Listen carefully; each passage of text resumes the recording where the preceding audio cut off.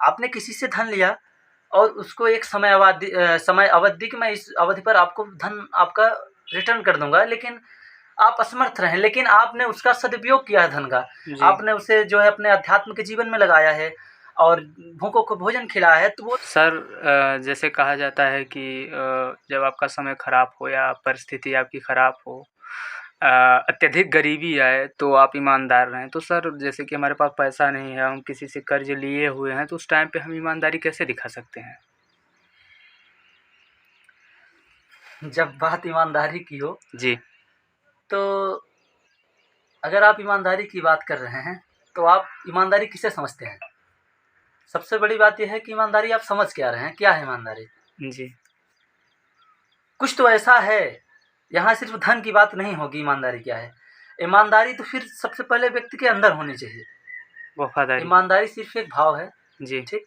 भाव यह है कि लोग ईमानदारी की परिभाषा क्या बनाए हैं कि ठीक है, मैंने आपसे धन लिया, मैंने नहीं दिया, मैं बेईमान हो गया। जी। आप कौन होते हैं मुझे बेईमान सिद्ध करने वाले? बेईमान तो आप भी हैं। आपने जब पैसा दिया होगा तो सबसे पहले मन में आपने भाव लाया कि ये शायद मेरा पैसा न दे, तो सबसे पहले तो बेईमान आप हुए, जी। क्योंकि मैंने तो बाद में दिखाई, सबसे पहले कल्पना तो आपने कर दी है। जी। ठीक जी। है?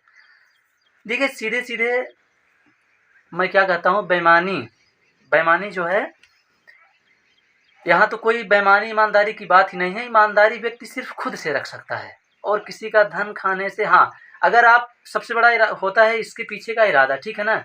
अगर आपने किसी से धन लिया और उसको आपने एक प्रॉपर वे में लगाया, किसी को भोजन दिया, आपके पास नहीं है। देखिए, आप अध्यात्म से जुड़े हैं, जो व्यक्ति अध्यात्म से जुड़ा है तो उसको एक बात की हमेशा चिंता सताती है, पेट भरने की। ये तो निश्चित बात है। जी।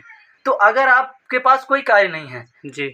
आप बस इसे क्या बोलते हैं कि आप बस वासना की पूर्ति के लिए किसी का धन खा के बैठ गए, जी। आप बस अपने रिस्पॉन्सिबिलिटी के लिए किसी का धन खा के बैठ गए, तो बिल्कुल बेशक बेईमानी है। जी। आपने किसी से धन लिया और उसको एक समय अवधि कि मैं इस अवधि पर आपको धन आपका रिटर्न कर दूंगा, लेकिन आप असमर्थ रहे, लेकिन आपने उसका सदुपयोग किया है धन का। जी। आपने उसे जो है अपने अध्यात्म के जीवन में लगाया है और भूखों को भोजन खिलाया है, तो वो तो अगले व्यक्ति की निगाह में तो वो है जी। कि इसने बेईमानी की। लेकिन मैंने क्या कहा, सबसे पहले आपको पता होनी चाहिए कि आप ईमानदार हैं कि नहीं। जी। ये सामने वाले व्यक्ति से पर निर्भर नहीं करता। ईमानदारी आपका जो विजन क्राइटेरिया है उस पर निर्भर करती है कि आप हैं कि नहीं। ये जी। आपको पता होनी चाहिए। बाकी आप इस पर ना ध्यान दीजिए कि सोसाइटी आपको ईमानदार कहती है, बेईमान कहती है।